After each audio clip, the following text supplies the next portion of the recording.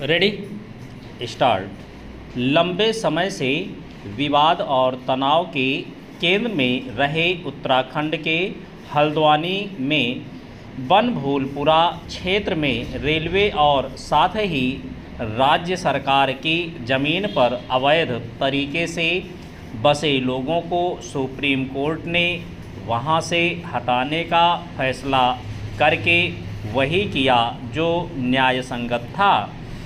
यदि यह मांग मान ली जाती कि अतिक्रमण करके बसे लोगों को वहीं रहने दिया जाए तो इससे न केवल करीब 30 हेक्टेयर ज़मीन पर अवैध कब्जा वैध हो जाता, बल्कि रेलवे के विस्तार की महत्वाकांक्षी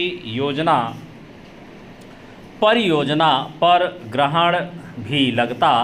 सुप्रीम कोर्ट ने यह सही कहा कि अवैध तरीके से बसे लोग यह तय नहीं कर सकते कि रेलवे रेल लाइन विस्तार के लिए अन्य विकल्प चुने, लेकिन इसी के साथ उसने इस ज़मीन से बेदखल होने वालों के प्रति जो मानवीय दृष्टिकोण अपनाया उसकी भी अनदेखी नहीं की जानी चाहिए। सुप्रीम कोर्ट ने कहा कि लगभग 5000 परिवारों के जो हजारों लोग रेलवे और उसके पास की राज्य सरकार की ज़मीनों पर रह रहे हैं, उनमें से पात्र लोगों को पीएम आवास योजना के तहत आवास दिए जाएं।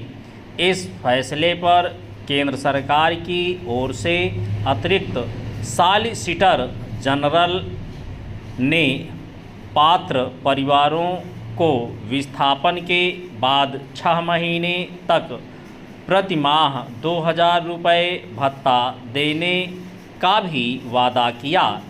पहली नज़र में यह लग सकता है कि एक तरह से सरकारी ज़मीन पर कब्ज़ा करने वालों को पुरस्कृत किया जा रहा है, लेकिन इसकी अनदेखी नहीं की जानी चाहिए कि इस कब्जे को लेकर न तो रेलवे समय रहते चेता और न ही उत्तराखंड सरकार चेंज। यह एक तथ्य है कि आमतौर पर सरकारी विभाग अपनी ज़मीनों पर अतिक्रमण और अवैध कब्जे को लेकर उदासीन बने रहते हैं और फिर यकायक अपनी ज़मीन खाली कराने की सुध लेते हैं। इससे वहाँ रह रहे लोगों के सामने संकट खड़ा हो जाता है। उनके रहने का ठिकाना छीनने के साथ ही उनकी रोजी रोटी भी प्रभावित होती है। यह अच्छा हुआ कि सुप्रीम कोर्ट ने स्पष्ट किया कि इस मामले को नज़ीर न माना जाए और उसने जो मानवीय दृष्टिकोण अपनाया वह मदद ज़्यादा और अधिकार कम है।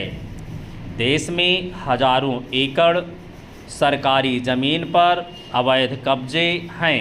इसके लिए कब्जा करने वालों के साथ वे विभाग भी जिम्मेदार हैं जो अपनी ज़मीनों पर कब्जे के समय आंखें मूंदे रहते हैं।